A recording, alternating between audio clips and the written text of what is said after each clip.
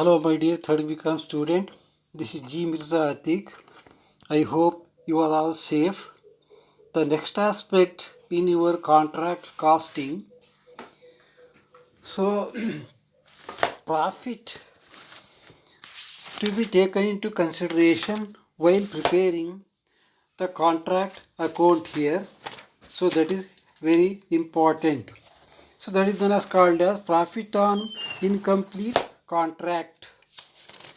So, profit on incomplete contract, certain amount we have to transfer for the notional profit as notional profit and profit and loss account.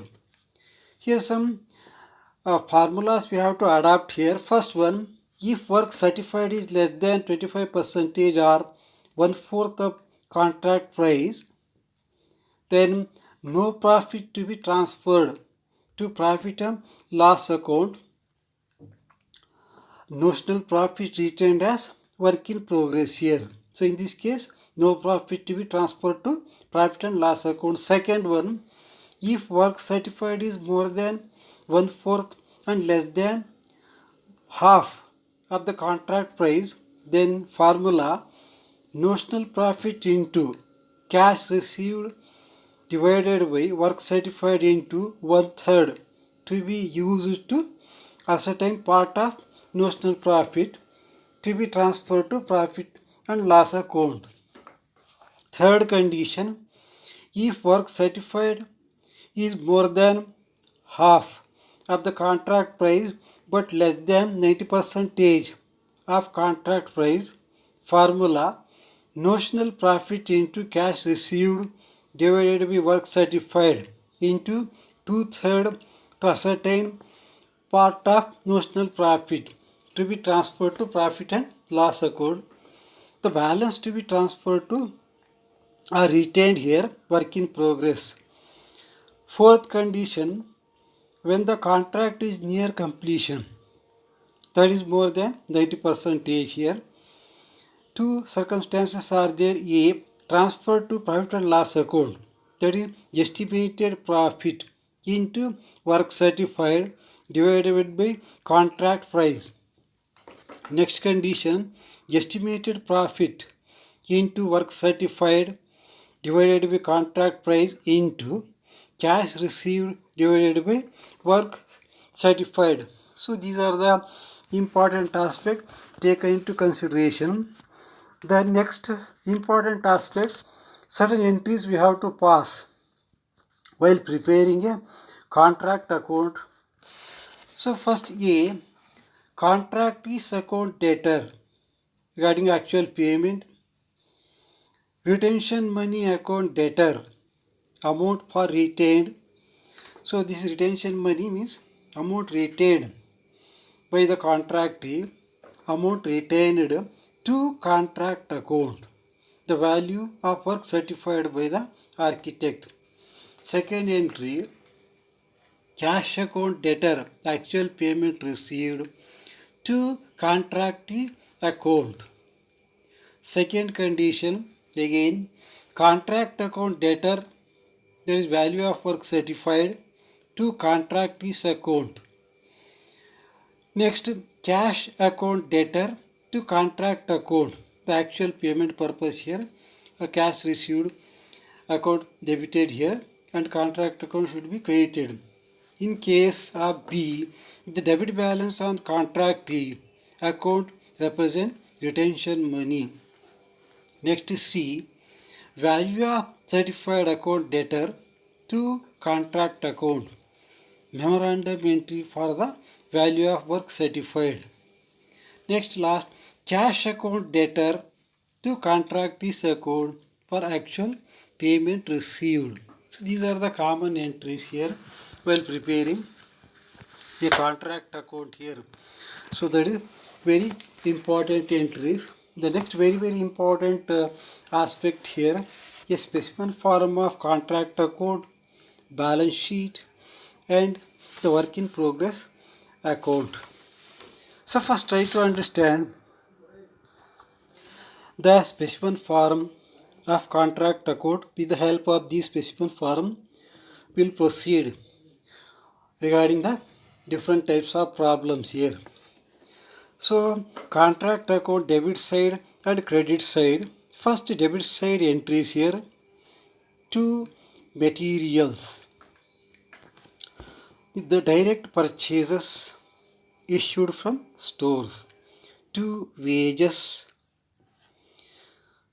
On the other hand here, by contractor's account credit side, contract price is credited if the work is completed by work in progress. I will continue this contract account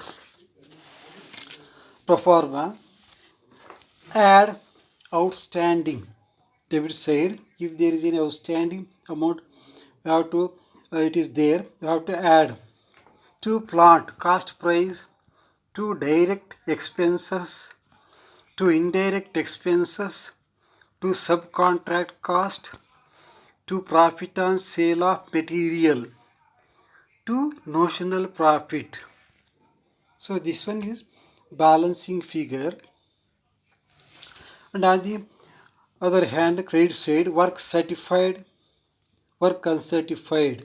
You have to add work certified and uncertified by abnormal loss. Suppose if there is any loss arises here on account of material lost, plant destroyed, etc. We have to calculate the how much loss here, whether it is material or plant here. By material return to store, suppose if there is a material return to store, that can be taken to consideration. We have to show on the credit side by loss on sale of material, by material at site, by plant return to stores, less depreciation. To deduct the depreciation by plant, less plant lost, less plant returned. Suppose if there is any material lost here or plant lost, that we have to deduct here from actual plant value. And then if there is any plant return, that also we have to deduct. And to stores, return to stores, less depreciation by sale price of material. So lastly, by to profit and loss account here, to reserves here. You have to take into consideration according to needs, circumstances and condition of the work. We have to show the debit side, profit and loss account, how much amount we have to transfer to profit and loss account, how much amount we have to kept in the reserve. Lastly, by notional profit brought down. So this is the pro forma of contract price. So not only contract price we have to prepare, but also we have to prepare balance sheet here. So that is very important one. And then work in progress account. So balance sheet as on here, the capital liabilities and assets. So asset side, work in progress, less cash received, less reserves, land and building, plant and machinery, and less depreciation. Furniture and fittings, less depreciation. Plant returned to stores, less depreciation. Cash, bank, insurance claim, stock, materials at site, prepaid expenses, outstanding expenses. So these are the common items you have to show on the asset side. On the liability side, share capital. Suppose share capital and creditors given the problem, we have to tally the balance sheet. Otherwise, just we have to show the entry how it would appear in the balance sheet here. Suppose in the absence of information regarding the share capital and creditors. So share capital, profit and loss account, last year profit, add current year's profit, less abnormal loss, and then unabsorbed depreciation, unabsorbed expenses, creditors, bills payable, outstanding expenses. So this is the balance sheet. Next, work in progress account. When work is not complete, suppose here at the end of the accounting period, this account is opened. It shows value of work certified and cost of work uncertified. So work in progress account always shows the work certified and work uncertified. So debit side work in progress account to contract account, that is work certified and work uncertified. You have to show these entries here. And credit side by balance. So these are all the important aspect here. The remaining aspect I will explain in my next video. Till then, goodbye to all of you.